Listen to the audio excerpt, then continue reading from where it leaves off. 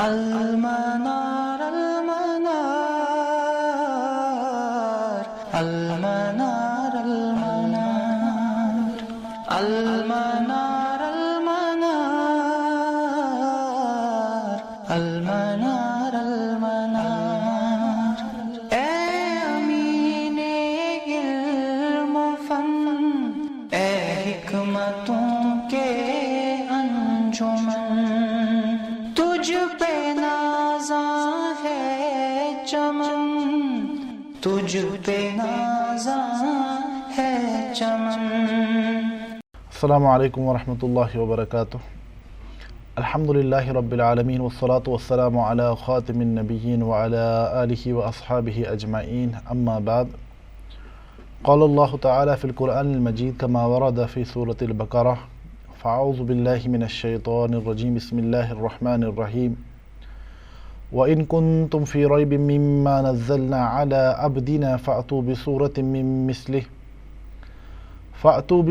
مِّن مِّثْلِهِ وَادْعُوا شُهَدَاءَكُم مِّن دُونِ اللَّهِ إِن كُنتُمْ صَادِقِينَ فَإِن لَّمْ تَفْعَلُوا وَلَن تَفْعَلُوا فَاتَّقُوا النَّارَ الَّتِي وَقُودُهَا النَّاسُ وَالْحِجَارَةُ أُعِدَّتْ لِلْكَافِرِينَ۔ رب اشرح لي صدري ويسر لي أمري واحلل عقدة من لساني يفقهوا قولي۔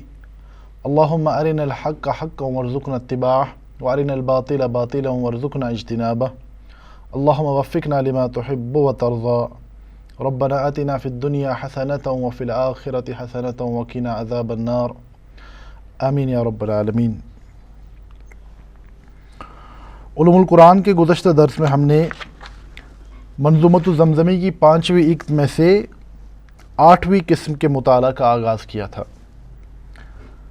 تو اس عقد میں ناظم رحمہ اللہ نے جن مباحث کا تذکرہ کیا ہے اس کا عمومی عنوان جو قائم فرمایا، تو اس کے حوالے سے ناظم رحمہ اللہ لکھتے ہیں کہ اس عقد میں ہم ان مباحث کا تذکرہ کریں گے ما یرجع الی مباحث المعانی المتعلقۃ بالاحکام، یعنی بنیادی طور پر جو مسئلہ ہمارے سامنے ہے وہ دلالت الالفاظ کا مسئلہ ہے، یعنی آپ الفاظ سے احکام کے استنباط کا منہج سیکھنا، وہی بنیادی طور پر اس پوری عقد کا ہمارے سامنے یعنی موضوع ہے۔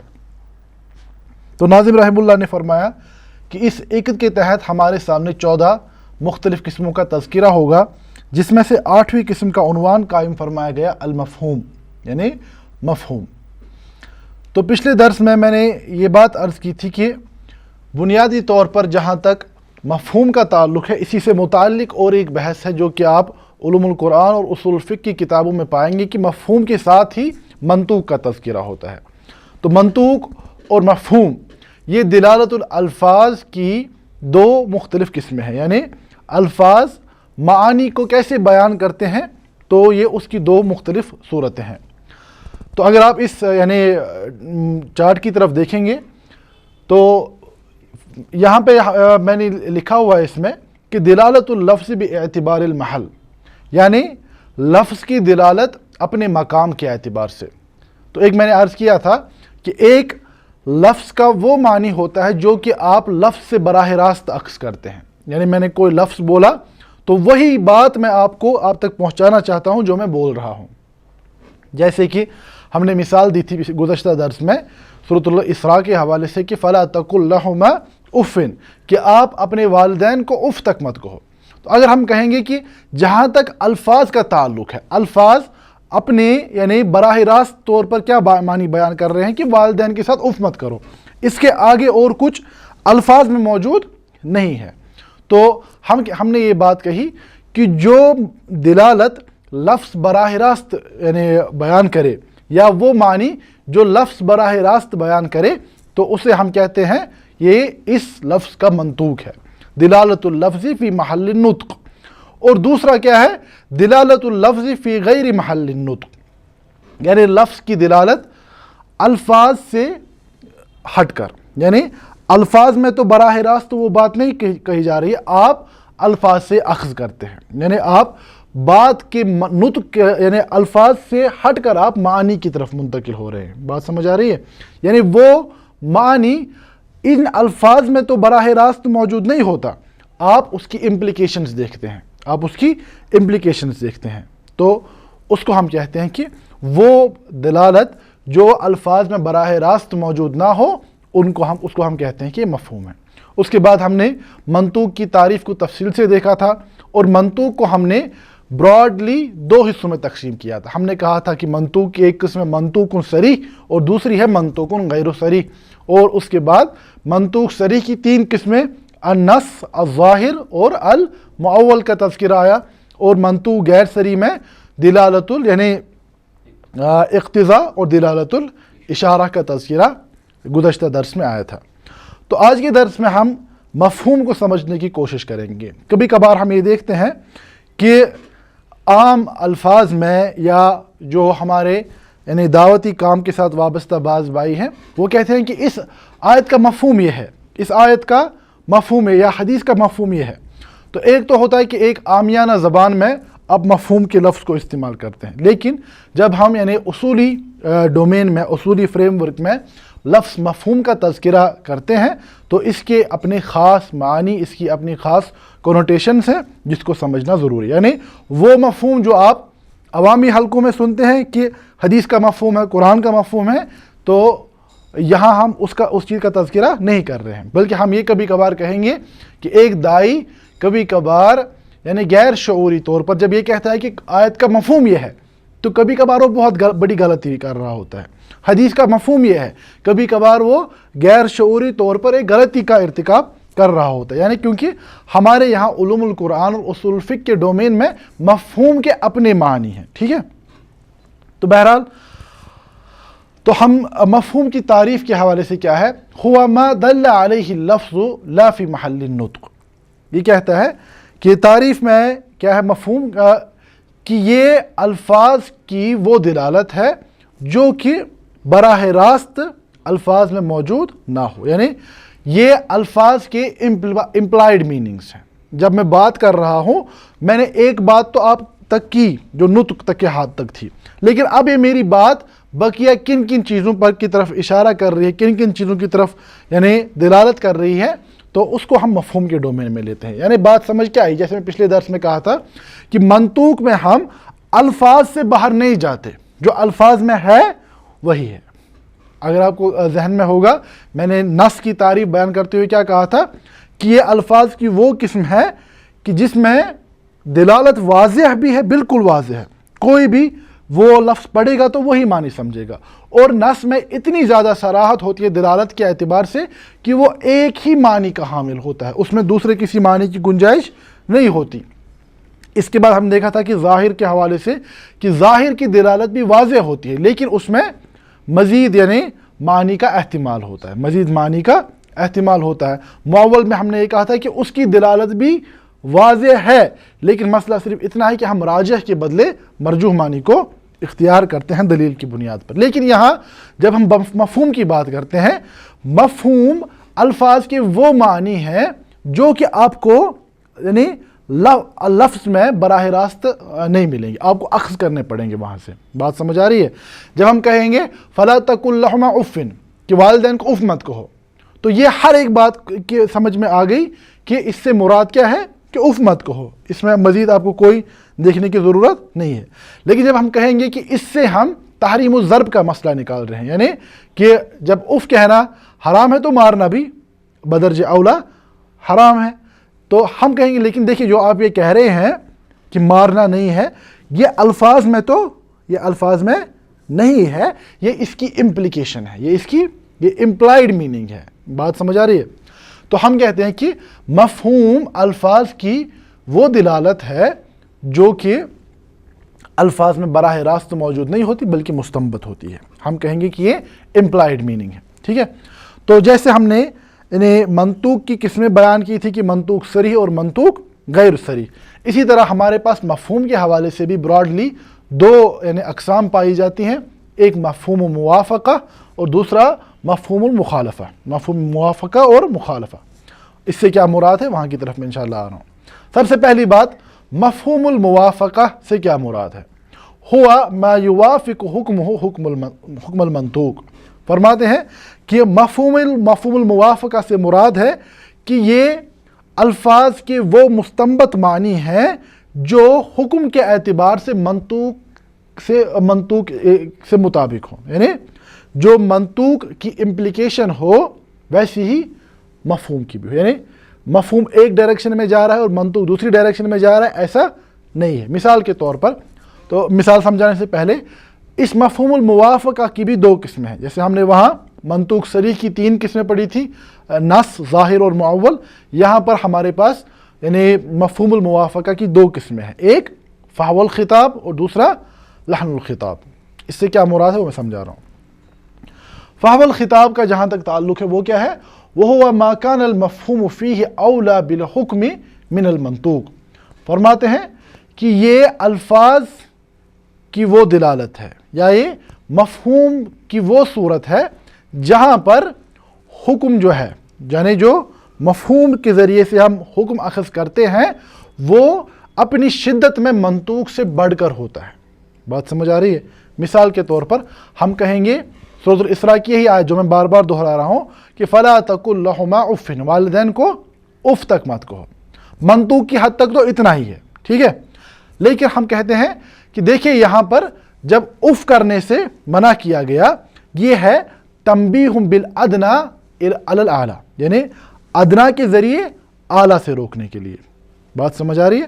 یعنی جب اف کرنا حرام ہے تو مارنا تو اس سے بڑی بات ہے، جب اف کرنے سے منع کیا جا رہا ہے تو مارنا بدرجہ اولا حرام ہے۔ ایک بات یہاں پہ سمجھنے کی ہے کہ جو ہم نے تحریم الضرب کا مسئلہ نکالا وہ ہم نے الفاظ سے براہ راست نہیں نکالا، بلکہ یہ ان الفاظ کی امپلیکیشن ہے، یہ ان الفاظ کا مفہوم ہے۔ بات سمجھ آ رہی ہے؟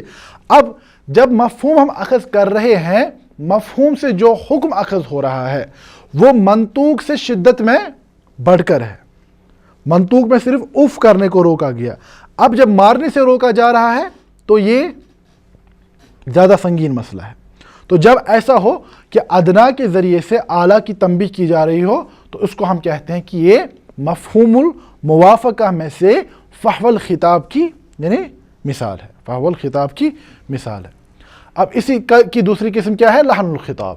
اس سے کیا مراد ہے کہ جب منطوق سے اخذ ہونے والا حکم، جب مفہوم سے اخذ ہونے والا حکم منطوق کے برابر ہو شدت کے اعتبار سے۔ بات سمجھ آ رہی ہے؟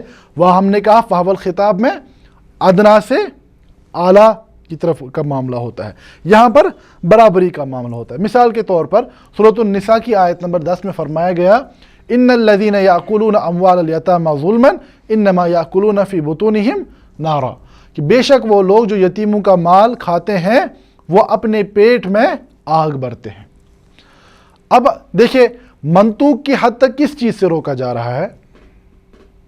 منطوق میں کس سے روکا جا رہا ہے؟ ان الذین یاکلون، بے شک وہ لوگ جو کھاتے ہیں۔ اب کوئی انسان یتیم کا مال اٹھائے گا اور جلا دے گا اس کو، وہ کیا کہے گا؟ وہ کہے گا دیکھو قرآن میں تو منع کیا گیا تھا کس چیز سے؟ کھانے سے، میں کھا نہیں رہا ہوں، میں اس کو جلا رہا ہوں، میں دریا میں ڈال رہا ہوں، یا میں کسی اور کو دے رہا ہوں جس کا کوئی اس مال پر حق نہیں تھا۔ تو ہم کہیں گے نہیں، ایسی صورت نہیں ہے۔ ہم کہیں گے جیسے کہ عقل مال الیتیم کا جو مسئلہ ہے اس میں اتلاف سے روکنا، یعنی یتیم کے مال کو ضائع کرنے سے روکنا مراد ہے، اور اسی کا مفہوم بنتا ہے کہ آپ یتیم کے مال کو کسی بھی صورت میں ضائع نہ کریں، چاہے جلا کر یا اور کسی صورت میں ضائع کرنا، وہ ہم کہتے ہیں کہ یہ ویسے ہی حرام ہے جیسے کہ یتیم کا مال کھانا حرام ہے۔ تو سب سے پہلی بات یہاں دوبارہ سے منطوق کی حد تک کس چیز سے روکا جا رہا ہے؟ عقل مال الیتیم، یعنی یتیم کے مال کو کھانا۔ الفاظ میں اس سے زیادہ آپ کو کچھ نہیں ملے گا، الفاظ میں آپ کو جلانے کا تذکرہ، دریا میں ڈالنے کا تذکرہ، کسی کو ناحق طور پر دینے کا تذکرہ نہیں ملتا ہے۔ وہ کہاں سے آپ لے رہے ہیں؟ وہ آپ لے رہے ہیں مفہوم سے لے رہے ہیں، لیکن اب یہاں پر جو مفہوم سے احکام اخذ ہو رہے ہیں وہ اپنی شدت میں منطوق کے برابر ہیں، یعنی یتیم کا مال کھانا اس میں کیا ہے؟ ضائع ہونے کا یعنی مسئلہ ہے۔ ایسے ہی چاہے آپ یتیم کا مال جلا دیں، یتیم کا مال دریا میں پھینکیں یا کسی اور کو دے دیں، یہ سب یعنی کس کی مختلف صورتیں بنتی ہیں، یہ سب یتیم کے مال کو ضائع کرنے کی صورتیں بنتی. اسی لیے ہم کہیں گے کہ یہاں پر مفہوم سے جو حکم اخذ ہوتا ہے وہ اپنی شدت کے اعتبار سے مساویاً یعنی برابر ہے منطوق سے اخذ ہونے والے حکم کے. ٹھیک ہے، تو اس والی صورت کو ہم کیا کہتے ہیں کہ لحن الخطاب. لحن الخطاب تو یہ بنیادی طور پر مفہوم ہے. ٹھیک، بات سمجھ آ رہی ہے؟ اوپر کیا ہے؟ مفہوم. مفہوم میں پہلی کیٹیگری ہم نے بیان کی مفہوم الموافقہ، یعنی جہاں پر مفہوم اور منطوق ایک ہی حکم کی طرف لے جا رہے ہوں. بات سمجھ آ رہی ہے؟ وہاں پر یعنی تعفیف اف کرنے سے منع کیا جا رہا ہے، ہم کہیں گے کہ تحریم کی یعنی ضرب بھی اسی کی ایک صورت ہے. سمجھ آ رہا ہے؟ اسی طریقے سے ہم کہتے ہیں کہ یتیم کے مال کھانے سے منع کیا جا رہا ہے، ہم کہیں گے کہ جلانا بھی اسی کی ایک صورت، یعنی مفہوم اور منطوق ایک ہی ڈائریکشن میں یعنی اپنے احکامات بیان کر رہے ہیں. دوسری صورت کیا بنتی ہے ہمیں؟ مفہوم المخالفہ، یعنی ہم مفہوم لیتے ہیں لیکن ہوا ما یخالف حکمہ المنطوق، یعنی مفہوم کے ذریعے سے اخذ ہونے والا حکم منطوق کے مخالف ہوتا ہے. وہاں ایک جیسا تھا، یہاں مخالف ہے. اب اس کی بھی علماء 4 قسمیں بیان کرتے ہیں: مفہوم الصفہ، مفہوم الشرط، مفہوم الغایہ، مفہوم حصر. اس سے کیا مراد ہے وہاں کی طرف میں آؤں گا انشاءاللہ. پہلی بات مفہوم الصفہ، والمراد بها الصفة المعنویہ کالمشتق فی قولہ تعالی ان جاءکم فاسق بنبأ، یعنی سورۃ الحجرات کی آیت نمبر 9.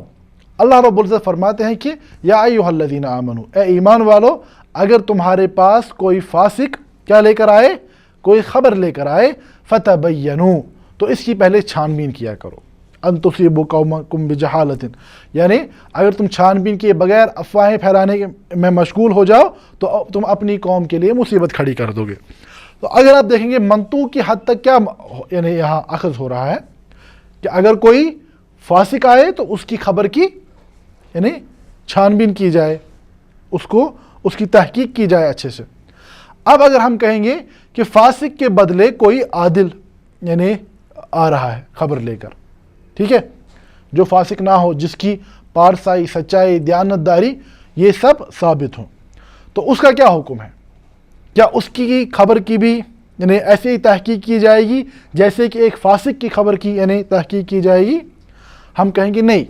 مفہوم سے یہ اخذ ہوتا ہے کہ یہ حکم کس کے لیے بیان کیا جا رہا ہے؟ یہ فاسق کے لیے بیان کیا جا رہا ہے، عادل کے لیے نہیں. اب دیکھیں مفہوم کس کا تذکرہ کر رہا ہے؟ مفہوم میں کیا حکم دیا جا رہا ہے؟ چھان بین کرو، یعنی منطوق میں کیا حکم دیا جا رہا ہے کہ چھان بین کرو، تحقیق کرو فاسق کی خبر کی. اب مفہوم میں کیا کہا جا رہا ہے؟ چھان بین مت کرو. سمجھ آئی بات؟ منطوق میں کام کرنے کا تذکرہ ہے، منطوق میں کام کرنے کا تذکرہ، اور مفہوم میں کام نہ کرنے کا تذکرہ، یعنی مفہوم سے اخذ ہونے والا حکم منطوق سے اخذ ہونے والے حکم کے مخالف ہے. اسی کو ہم کہتے ہیں کہ یہ مفہوم مخالفہ ہے، مفہوم مخالفہ ہے. ٹھیک ہے، تو اس سے بسا اوقات یعنی بعض علماء یہ اصول بھی اخذ کرتے ہیں وَمَعْنَى هَذَا أَنَّهُ يَجِبُ قبول الخبر الواحد العادل، کہ اگر یعنی کسی عادل ضابط راوی کے ذریعے سے خبر واحد ہم تک پہنچے تو وہ قبول کی جائے گی، کیونکہ یہاں پر تحقیق کے حوالے سے یعنی چھان بین کے حوالے سے کس کا تذکرہ کیا جاتا ہے کہ فاسق کی خبر قبول نہیں ہوگی. ٹھیک ہے، اسی کی دوسری مثال دیکھیں. الحج اشہر معلومات، الحج حج کے ایام معلوم شدہ ہے. الحج اشہر معلومات، تو یہاں پر کیا سمجھ آیا کہ حج مخصوص ایام میں ہوگا. الفاظ میں کیا ہے؟ الفاظ میں اتنا ہی ہے. اس سے یعنی مخالف میں مفہوم کیا نکلتا ہے کہ حج کے علاوہ جو دیگر ایام ہیں ان میں حج کا احرام نہیں باندھا جا سکتا. کوئی کہے گا کہ کہاں لکھا ہے قرآن میں کہ میں ذی الحجہ کے بغیر بقیہ ایام میں حج نہیں کر سکتا؟ قرآن میں کہیں نہیں لکھا ہے. لکھا ہے کہیں پر؟ اب قرآن میں کہیں نہیں لکھا ہے محرم میں حج نہیں کیا جا سکتا، یا ذی الحجہ میں یعنی کیا کہتے ہیں اس کو، اور رمضان میں حج نہیں کیا جا سکتا. ہم اس کو کہیں گے نہیں، قرآن میں کیا لکھا ہے؟ الحج اشہر معلومات، کہ حج کے دن معین شدہ ہے. اور اسی کے ذریعے سے مفہوم کیا نکلا کہ غیر معین یعنی ایام میں، ان معین ایام کے علاوہ بقیہ ایام میں حج کا احرام نہیں باندھا جا سکتا. تو یہ کہاں سے ہم نے اخذ کیا؟ یہ اس آیت کا مفہوم ہے، ٹھیک ہے. لیکن دیکھیں مفہوم کس صورت میں ہے؟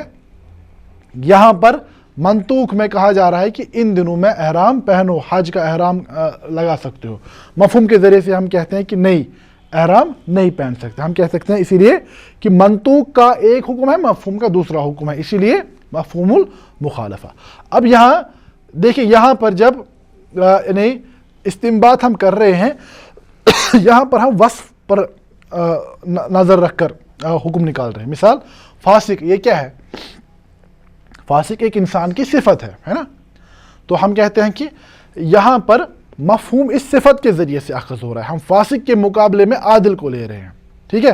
یا اشہر معلومات کے بجائے اشہر غیر معلومہ، یعنی وہ ایام جن کو معین نہیں کیا گیا. تو یہاں پر مفہوم ہم صفت کی بنیاد پر اخذ کر رہے ہیں. اب اس صفت کی بھی علماء نے اقسام کا تذکرہ کیا ہے، وہ آپ علوم القرآن کی کتابوں میں دیکھ سکتے ہیں، اس کا یہاں پہ ابھی موقع نہیں ہے. بہرحال یعنی مفہوم المخالفہ کی پہلی قسم کیا آئی؟ مفہوم الصفہ. دوسری قسم کیا ہے؟ مفہوم الشرط. یعنی یہ الفاظ سے مفہوم اخذ کرنے کی وہ صورت ہے جہاں پر مفہوم شرط کے ساتھ جڑا ہوتا ہے.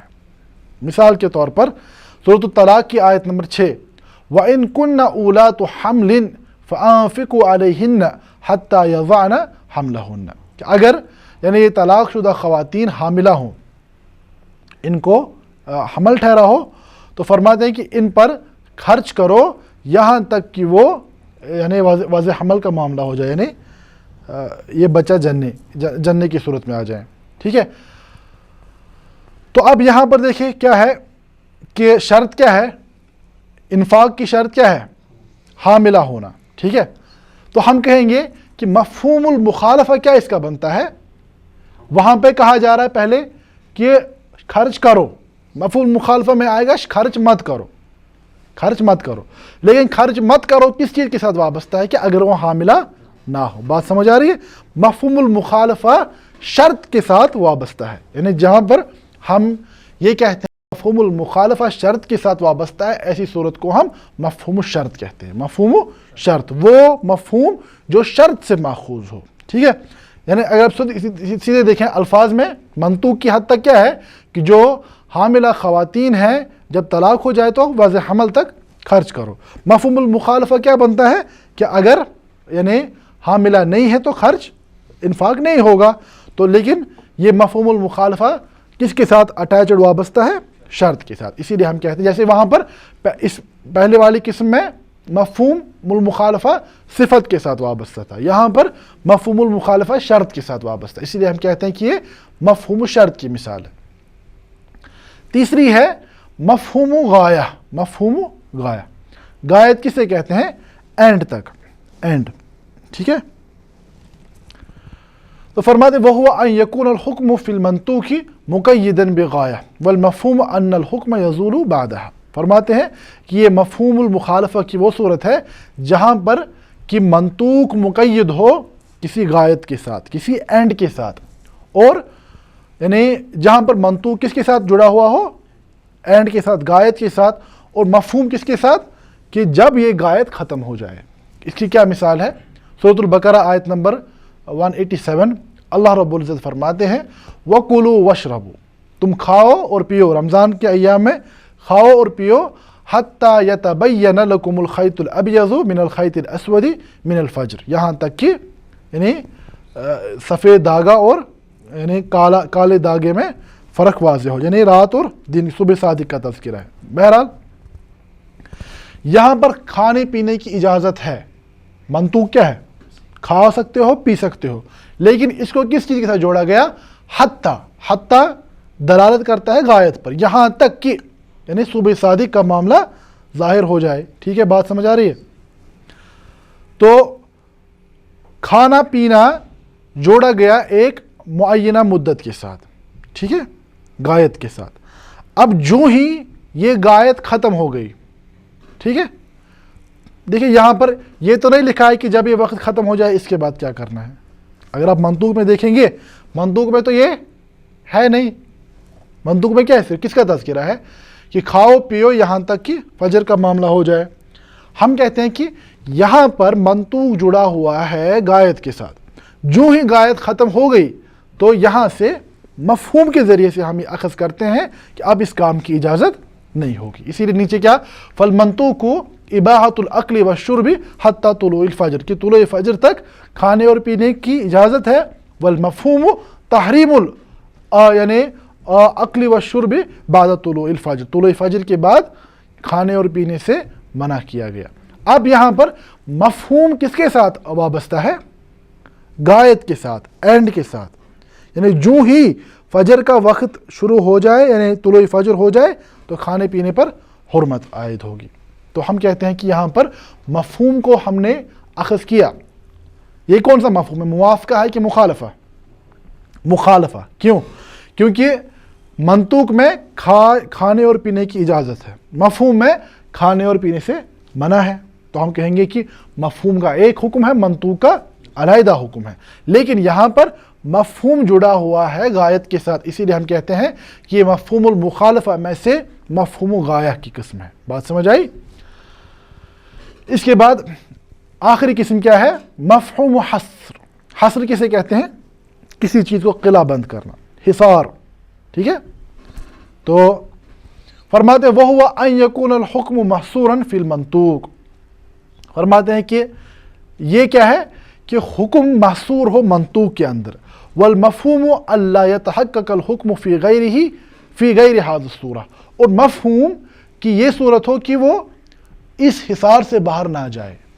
مطلب جیسے کہ اللہ رب نے فرمایا إِيَّاكَ نَعْبُدُ وَإِيَّاكَ نَسْتَعِينُ. ہم جانتے ہیں کہ یہاں پر مفعول مقدم ہونے کی وجہ سے حصر پیدا ہوگی. اس میں کاف جو ہے ایاکا، یہ کیا ہے؟ یہ مفعول ہے نا. مفعول جب مقدم ہو جائے تو وہ کیا کس کی صورت بنتی ہے؟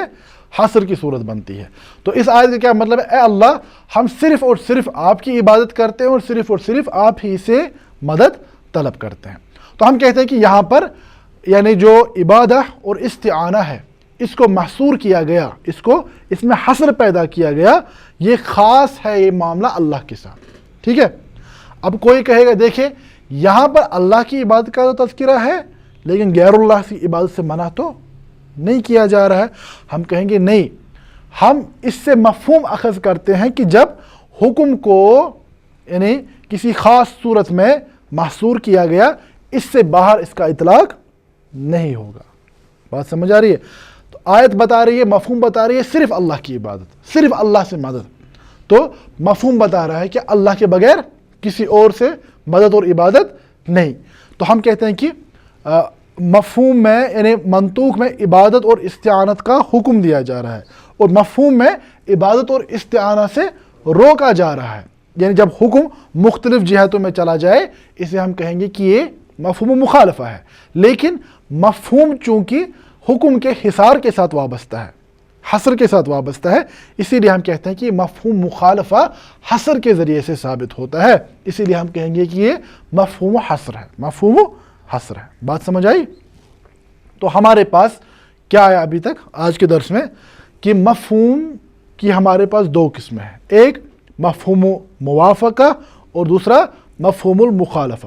مفہوم الموافقہ میں ہم نے دو قسمیں بیان کی، ایک فحوى الخطاب جہاں پر اعلیٰ ادنا کے ذریعے سے اعلیٰ کی تنبیہ ہو، فلا تقل لہما اف کے ذریعے سے تحریم الضرب کا معاملہ اخذ کیا جا رہا ہے. دوسری ہم نے کہا لحن الخطاب جہاں پر مفہوم اور منطوق تو موافق ہو لیکن برابر ہو، یعنی عقل مال الیتیم کی مختلف صورتیں. اس کے بعد ہم نے مفہوم المخالفہ کا تذکرہ کیا جہاں پر منطوق اور مفہوم دو مختلف جہتوں میں یعنی حکم بیان کرتے ہوں. اس کی ہم نے چار قسمیں بیان کی، ایک مفہوم الصفہ جہاں پر مفہوم المخالفہ صفت کے ساتھ وابستہ ہو، دوسرا مفہوم الشرط جہاں پر مفہوم المخالفہ شرط کے ساتھ وابستہ ہو، تیسری قسم کیا بیان کی؟ مفہوم صفہ، مفہوم شرط، مفہوم غایہ، اور چوتھی قسم مفہوم حصر، مفہوم حصر. تو اب ایک مسئلہ یہاں پر ہے، کیا مفہوم المخالفہ یعنی احتجاج کی بنیاد بن سکتا ہے؟ احتجاج یہ اردو کا احتجاج، اردو کشمیری کا احتجاج نہیں، یعنی احکام کے استنباط کی بنیاد مفہوم المخالفہ بن سکتا ہے کہ نہیں بن سکتا ہے۔ یہ بہت ہی زیادہ تفصیلی اور یعنی اصولی بحث ہے جس میں علماء کے درمیان اختلاف پایا جاتا ہے۔ تو جہاں تک مفہوم الموافقہ کا تعلق ہے، فرماتے ہیں فاحتج بہ الجمہور، تو جمہور علماء اس کے قائل ہیں کہ مفہوم الموافقہ کے ذریعے سے احکام کا استنباط ہوگا، الا ظاہریہ، سوائے ظاہری علماء۔ ظاہری میں سے کون ہے؟ امام یعنی داؤد ظاہری اور ان کے معروف شاگردوں میں سے ابن حزم ظاہری رحمہ اللہ۔ مثال ان کے نزدیک مسائل کیا ہیں کہ فلا تقل لہما اف جو ہے، اس سے آپ تحریم و ضرب کا مسئلہ نہیں لے سکتے کیونکہ آیت میں اتنا ہی ہے۔ آیت میں وہ انہیں دیکھیں کبھی کبھار لوگ غلط فہمی کا شکار ہو جاتے ہیں۔ اس کا مطلب یہ نہیں ہے کہ وہ کہتے ہیں کہ ماں باپ کو مارنا شروع کر دو، نہیں، وہ کہتے ہیں کہ ماں باپ کو مارنا حرام ہے لیکن اس دلیل سے نہیں ہے، اس کی اور کوئی دلیل ہے، اس کی اور کوئی دلیل حدیث سے ہوگی یا قرآن سے ہوگی، تو فرماتے ہیں کہ یہاں پر تو نہیں ہے، اور کسی جگہ سے ڈھونڈو۔ یعنی ان کے نزدیک حکم صرف منطوق سے اخذ ہوگا، مفہوم سے نہیں۔ اسی لیے کبھی آپ دیکھتے ہیں کہ اس میں کبھی بہت زیادہ شدت اور مبالغہ یعنی ہو گیا، وہ کہ یعنی جو ساکن پانی ہوتا ہے، ٹھہرا ہوا پانی، تو اس میں مثال کے طور پر باؤل کرنے سے منع کیا، پیشاب کرنے سے منع کیا گیا، تو کیا انسان براز کر سکتا ہے؟ تو ان کے نزدیک کر سکتا ہے، اس سے پانی خراب نہیں ہوگا کیونکہ حدیث میں صرف باؤل سے منع کیا گیا۔ بات سمجھے؟ تو یہ مبالغہ ہے، اس کا علماء نے بڑی شدت کے ساتھ رد بھی کیا ہے۔ تو بہرحال جیسے میں نے عرض کیا کہ مفہوم موافقہ کے حوالے سے جمہور علماء اس بات کے قائل ہیں کہ مفہوم الموافقہ سے احتجاج ہوگا، لیکن جہاں تک مفہوم المخالفہ کا تعلق ہے، اس میں جمہور علماء یعنی مالکیہ، شافعیہ اور حنابلہ کے نزدیک یہ قابل قبول یعنی حجت ہوگی، لیکن احناف اور ظاہریہ کے نزدیک مفہوم المخالفہ یعنی احتجاج یا کی بنیاد یا حجت نہیں بن سکتی۔ اب اس کی کیا وجوہات ہیں، ان کی کیا ادلہ، ان کی کیا ادلہ ہے، وہ ہماری سکوپ سے، ہمارے ڈومین سے فی الحال باہر ہے۔ اس کے لیے آپ اصول فقہ کی کتابوں کو، علوم القرآن کتابوں کو دیکھ سکتے ہیں۔ تو ان سبھی مباحث کو سامنے رکھتے ہوئے ہم کتاب کی طرف آئیں گے، منظومہ یعنی سلسلۃ المتون کا صفحہ نمبر 28۔ ناظم رحمہ اللہ فرماتے ہیں النوع الثامن، 8ویں قسم المفہوم۔ 8ویں قسم کیا ہے؟ مفہوم۔ تو اس کے بعد یعنی مفہوم کی تعریف وغیرہ، کیونکہ متن کی یہی خاصیت ہوتی ہے کہ متن بہت اختصار کے ساتھ بیان کیا جاتا ہے، تو ہم نے یہاں پر تعریف وغیرہ سب کچھ بیان کی۔ تو ناظم رحمہ اللہ براہ راست یعنی اقسام کی طرف آئے ہیں۔ فرماتے موافق منطوقہ کا عفن، مفہوم کی ایک صورت وہ ہے جو اپنے منطوق کے موافق ہو۔ تو جیسے ہم نے کہا اس کی کیا کہتے ہیں ہم؟ مفہوم الموافقہ کا عفن، جیسے کہ اف، یعنی اف میں سے ہم نے تحریم و ضرب کا مسئلہ نکالا، وہ مفہوم الموافقہ کی صورت ہے۔ فرماتے ہیں کہ مفہوم کی ایک صورت جو ہے یہ ہے جو اپنے منطوق کے موافق ہو، جیسے کہ عفن، آیت عفن کا تذکرہ ہے۔ فرماتے وَمِنْهُ ذُو تَخَالُفٍ فِي الْوَصْفِ، اور اسی میں سے یعنی مفہوم کی ہی قسم میں سے کیا ہے؟ ذو تخالف، یعنی جو اختلاف جس میں ہو، اختلاف کی صورت میں یعنی مفہوم المخالفہ۔ فرماتے مفہوم المخالفہ کس میں ہو؟ فی الوصف، اختلاف ہو وصف میں، فاسق اور عادل کا تذکرہ۔ بات سمجھ آئی؟ تو یہ دیکھیے، یہ براہ راست مفہوم الموافقہ 4 الفاظ میں بیان کر دیا، اس کے بعد سیدھے مفہوم المخالفہ کی اقسام کی طرف آ گئے۔ فرماتے ہیں وَمِنْهُ، یہ ہو کی ضمیر کہاں کی طرف لوٹتی ہے؟ مفہوم کی طرف۔ فرماتے ہیں مفہوم میں سے ہی ہے ذو تخالف فی الوصف، وہ جو کہ وصف میں مختلف ہو، وَمِثْلُ، اور اسی طرح یعنی وصف کی ہی طرح ذا شرط وغایت عدد، فرماتے ہیں گنا جاتا ہے کیا؟ شرط اور غایت، مفہوم الوصف، مفہوم الشرط، مفہوم الغایہ۔ بات سمجھ آ رہی ہے؟ وَنَبْعُ الْفَاسِقِ لِلْوَصْفِ وَرَد، اب دیکھیے اوپر پہلے 3 قسمیں انہوں نے بیان کی کہ مفہوم الوصف، مفہوم الشرط، مفہوم الغایہ۔ اب اس کی مثال بیان کر رہے ہیں۔ وَنَبْعُ الْفَاسِقِ لِلْوَصْفِ وَرَد، یعنی وصف کے حوالے سے کون سی مثال آئی ہے؟ نبع الفاسق، فاسق کی خبر،